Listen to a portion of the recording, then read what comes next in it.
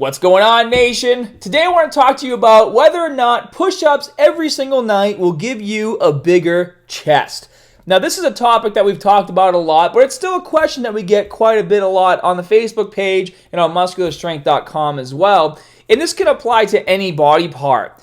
Now, you have to understand that when you go to the gym and you train a muscle, and I know some of you guys are going to work out at home as well, and I'll get to that. But when you go to the gym with the sole thought of trying to build muscle, that means you're doing a muscle gain workout. Now, whether or not that workout consists of high volume or heavy weight, because remember, you can build muscle both ways, okay? And for those of you who have watched my Muscle Genes video, I'll put a link to that in the info section below.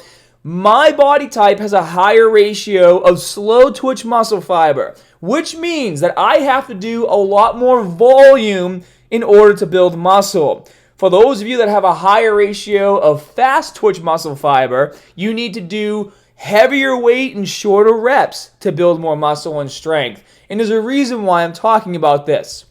And that reason is because there's a lot of misinformation out there that will lead you to believe that if you go to the gym and you do a workout, and we're talking about chest, you go to the gym and you do a chest workout and you focus on doing like a 5x5, which is 5 sets of 5 reps, or just doing a ton of sets of low reps, really heavy weight, that you can still then come home and do a bazillion push-ups, and that's going to help you grow muscle. And it makes absolutely no sense for a variety of reasons.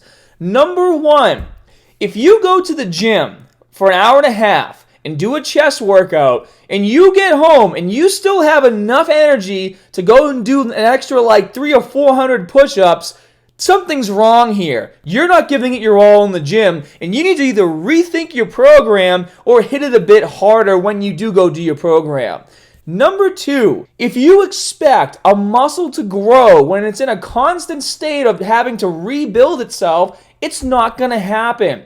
Every single time you attack the same muscle while it's sore, you're not giving it time to grow.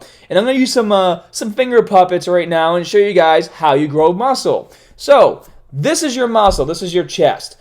Let's say you do a crazy chest workout. You're causing rips and tears and micro tears. You see the holes between my fingers? We'll call those micro tears.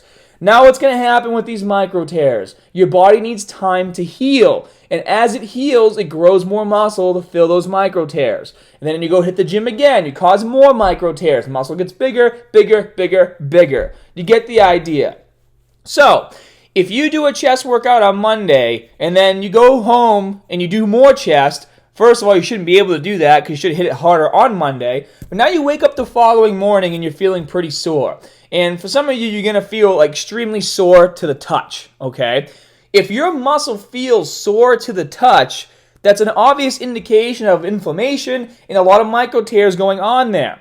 And so now your body's trying to recover. And also, you don't have to be sore in order to grow muscle. So you're not always going to feel sore, and I think that throws a lot of us off as well. And I just did a video about that, and I'll post a link to that in the info section below. Actually, there's 2 videos that you guys should watch. One is, should I train while sore, and do my muscles still grow if I'm not sore? So I'll put those links below. So what I'm trying to say here is, if you think just because the muscle's sore or not sore, you're going to be able to go and attack that muscle again and get it to grow even more, you're being misled because that muscle needs time to heal. And if you disrupt the recovery process, you're going to do more damage than good. Good analogy I like to use is I'm horrible at gluing things, okay? Whenever I glue stuff, I'm like that guy who I always go like poke it to see if it's actually sticking or not. You ever do that? You ever super glue something and you wait like 30 seconds and you jab at it to see if it's actually working because you're just interested to see if it's working and it snaps off again? It's like the same thing with your muscles. I just did a crazy chest workout. I'm touching and feeling it. It feels kind of sore, not really sore. No, okay, I'll go to the gym and tear it up again. How it feels when you touch it and what's actually going on inside your body are 2 totally different things. If you hit your chest as hard as you can, the following day you are gonna have micro tears in that muscle, whether you're sore or not, okay? Remember, we talked about 3 different ways your body builds muscle: mechanical stress, mechanical tension, metabolic stress, and muscle damage. So if you don't feel muscle damage, that's you being sore, you still got those other 2 reasons that are helping that muscle grow. Now, there is a lot of bro science out there, and I was recently watching a video where this gentleman was saying that if you want to grow a lagging body part, you can hit that body part every single night with high volume and it will grow, because high volume doesn't break down muscle tissue. That makes absolutely no sense. If the whole point, and think about this, if the whole point of building muscle is tearing it down so that it can regrow, what would be the point of doing a high volume workout if it's not going to tear down muscle tissue? It makes absolutely no sense. If I told you to do 4 sets of 100 push-ups, yeah, you're going to feel super pumped, but just because you weren't at the gym lifting barbells or dumbbells doesn't mean you're not causing micro tears in those muscles, okay? It's absolute bro science. Unless you're on steroids, you're not going to be able to do that kind of stuff. Now, is there something to be said to doing push-ups every single night or every other night if your chest is sore from your workouts? Yes. If you do, for example, let's say I did a chest workout and the next day my chest is still feeling really sore, so when I wake up in the morning, I do like 2 or 3 sets of like 10 to 15 push-ups nice and slow just to get blood into the area, because that blood's going to bring oxygen and nutrients and things that your body needs in order to help with the recovery process. So in that aspect, yeah, you can do some push-ups every single day if you wanted to. If your chest is sore and you just want to bring some nutrients to the area, that's fine. But you're not going to do a full chest workout. That's totally different. Now, me personally, I actually have a below average recovery, and I learned that from Muscle Genes Report 2, and I wasn't too happy about it, but it makes sense because I'm not really able to train the same body part multiple times a week. It actually makes me feel really fatigued and tired throughout the week, and it disrupts my other workouts, but I know why. It's because of that. And now, guys, building muscle, it's not a really difficult thing to do. All you have to do is make sure you're eating in a calorie surplus, getting enough protein, carbs, and fat, make sure your ratios are all set. You have to make sure you're getting enough sleep, and you have to make sure you're doing workouts tailored to your body type. And I talked about that in the beginning, whether your ratio of slow to fast twitch muscle fiber is higher or lower. And you don't need a gene test to figure that out. You can try doing, like for example, last year I started doing like more of a 5x5 program for my body to see how it would feel. And to be honest, I felt weaker and I was putting on body fat because my body wasn't responding well to that kind of workout. I require a lot of volume. So you can try one way for 4 to 6 weeks, try the other way for 4 to 6 weeks, and see what works best for you. Now, for those of you who are working out at home, okay? Now, and there's a difference also between doing circuit training and trying to build muscle. So for those of you who are circuit training and push-ups are part of your circuit every single day or 3 to 4 times a week, depending on what you're doing, that's a lot different. You can still do that workout because that workout's geared towards burning calories. It's not geared towards isolating and destroying a muscle part.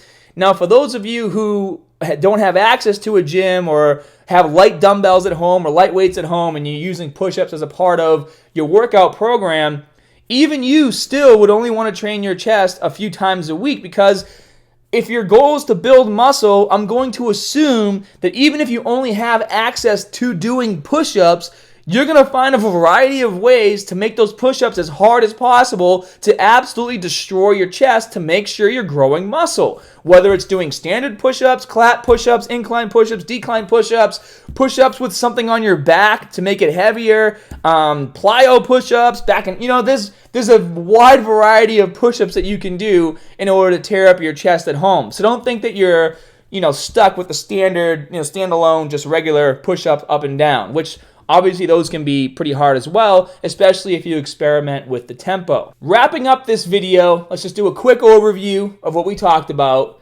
and that is whether or not push-ups every single night will help you grow a bigger chest. The answer is no. If you're doing push-ups every single night, I'm going to assume that you're doing like a ton of push-ups because your goal is muscle building, Just because you're getting the pump feeling and you're doing high volume doesn't mean you're not causing micro tears in your chest. You are. It's science. It's how it works. You're breaking down your chest. It needs time to regrow and repair. Even if you're using stuff like BCAAs or taking creatine or whatever supplements you're taking, those will help with the recovery process, but you're still going to need time for your body to recover so you can hit that muscle group again. If your chest is a lagging body part and you want to hit it a few times a week, what you could do is, let's say on Monday you do a hardcore chest workout, you really tear it up. 1 to 2 days later, okay, I would probably give it 36 hours to heal.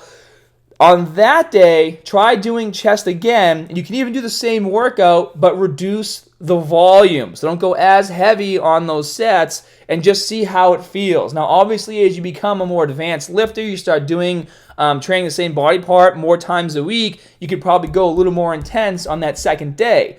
But if you're just starting to train the same body part twice a week, I'd recommend taking it a little easier on the second day to see how your body feels.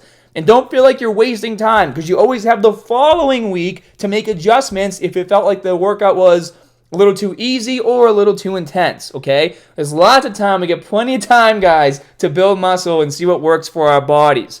And that's the number one goal.